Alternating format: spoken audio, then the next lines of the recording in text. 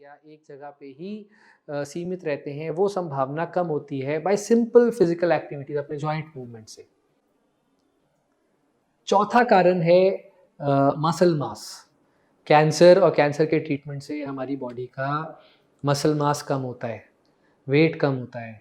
तो physical activity अगर हम नहीं करेंगे वर्सेस हम करेंगे, तो मसल लॉस, जो इतना रैपिड मसल लॉस होता है बिकॉज ऑफ ट्रीटमेंट, उसको कहीं ना कहीं रोकने में हेल्प होती है। तो ये सबसे पहले तो 4-5 कारण हैं कि हमें एक्टिविटी क्यों करनी।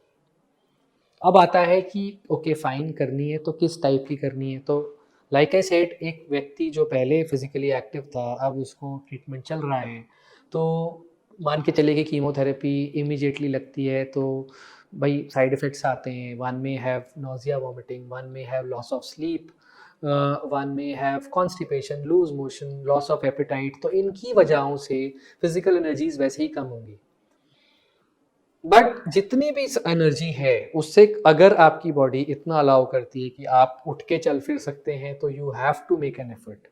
Try simple walking. अगर आपकी बॉडी में एनर्जी है तो try walking from one room to another. अगर ज़्यादा है तो भाई घर से बाहर जाने की कोशिश करें।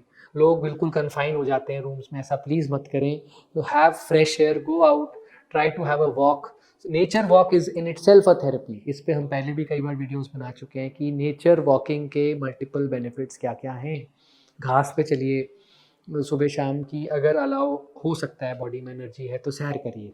ये एक बेसिक लेवल ऑफ एक्सरसाइज है। इसके अलावा अगर एनर्जी लेवल्स हैं तो स्टेशनरी साइकिल्स जो आती हैं, साइकिलिंग जिसको बोलते हैं, या स्टेपर, थोड़ी बहुत सीढ़ियाँ ऊपर नीचे चलना, ये बेसिक लेवल ऑफ मोबिलिटी है जो आप लोगों को रखनी चाहिए। अगर शरीर में वाकई एनर्जी लेवल्स बहुत हाई हैं, you may do basic brisk walk also. Jogging और इंटेंस रनिंग में अवॉइड करूँगा, सजेस्ट करूँगा मत करें। कई बार लोग ओवर एक्सर्ट करते हैं in the form of Zumba या gym despite being on chemotherapy, वो भी मैं एडवाइस करूँगा एटलीस्ट वो ना करें। ये कौन लोग होते हैं जो पहले बहुत एक्टिव होते हैं, they can't come to terms, तो बहुत विगरस एक्सरसाइज तो सीरियसली हम लोग मना करते हैं। कई वेस्टर्न कल्चर्स में एडवाइज्ड है कि स्विमिंग जरूर करनी चाहिए। इंडिया के कॉन्टेक्स्ट में मैं बोलूँगा कि बहुत ज़्यादा हम लोग स्विमिंग को प्रमोट नहीं करते, because as a chemotherapy patient you are immunocompromised, और स्विमिंग पूल का जो पानी होता है उसमें बाकी लोग भी जाते हैं, तो the chances of infection are higher. Western countries में लोगों के घरों में पूल्स होते हैं, वहाँ के लाइफस्टाइल में पर्सनल पूल्स होते हैं। तो इंडिया में if you are on chemotherapy, ये मेरा मानना है, बाकी ऑफ कोर्स ऐसी कोई गाइडलाइंस नहीं है, मैं ये मानता हूँ कि पब्लिक पूल्स में swimming can increase your chance of infection. फिर एक प्रकार की एक्सरसाइज हम लोग, अगर आपके शरीर में जान है तो ज़रूर करनी चाहिए, उसको बोलते हैं लोअर लिम्ब एक्सरसाइजेस।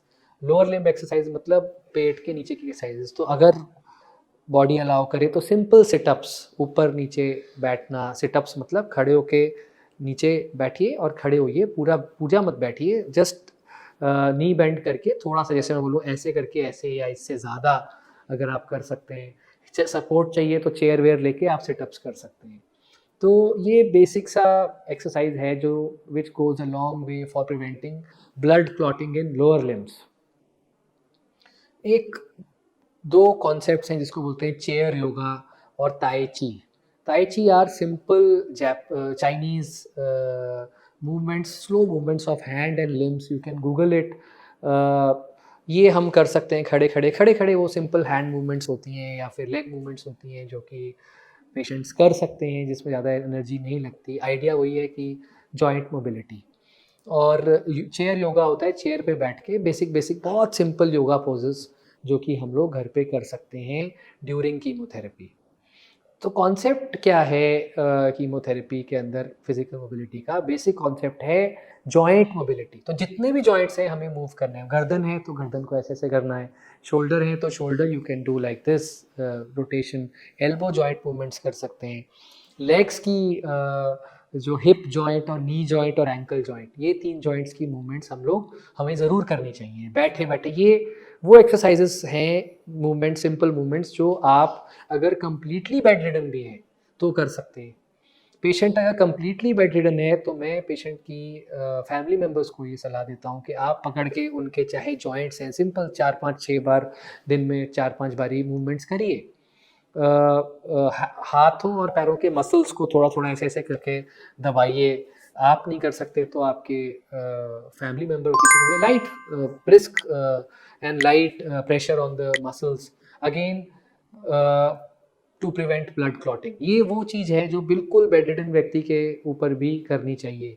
फिर सिंपल चेस्ट फिजियोथेरेपी यानी कि सांस लंबा लें छोड़ें, या फिर किसी अटेंडेंट को बोलें कि चेस्ट पे हल्का हल्का थपथपाएं। ये बेसिक सी मूवमेंट्स हैं जो कि कोई भी पेशेंट जो कीमोथेरेपी ले रहा है उसको करना चाहिए। बट ये जो बातें मैंने बताई हैं बड़ी जनरलाइज्ड हैं। अगर आपका ट्रीटमेंट चल रहा है तो you must must talk to your doctors कि किस टाइप की एक्सरसाइजेस आपके लिए सूटेबल हैं। बिकॉज ये जो जनरल बातें हैं इसका मतलब तो ये है कि भाई घर पे एक चेयर पे या बेड पे नहीं बैठना, कुछ एक्टिविटी करनी है, किस टाइप की मूवमेंट्स करनी है, क्या करनी है, ये आपकी डॉक्टर्स और आपकी physiotherapy team will guide you. Because her cancer के ट्रीटमेंट के अंदर कुछ एक्सरसाइज रिस्ट्रिक्टेड होती हैं, कुछ आप कर सकते हैं, तो जनरलाइज चीज़ तो नहीं बना सकते। So you must talk to your doctors. Lastly, I would say that despite the fact कि एक्सरसाइज ज़रूरी है, but please never overdo. Do whatever your body permits. Do whatever your doctor allows. ये videos हम लोग बनाते हैं ताकि cancer से रिलेटेड इंफॉर्मेशन हम लोग ज़्यादा से ज़्यादा लोगों तक पहुंचा सकें। अगर आपको इस टाइप के वीडियोस पसंद आते हैं प्लीज़ हमें कमेंट करके बताएं। Please subscribe this channel because उसी से ये वीडियोस ज़्यादा से ज़्यादा लोगों के पास जा सकते हैं। लोगों के मिथ्स हैं, लोगों की भ्रांतियाँ हैं, वो इस बीमारी से लड़ने में इस इंफॉर्मेशन के ज़रिए हेल्प हो सकती है। Thank you.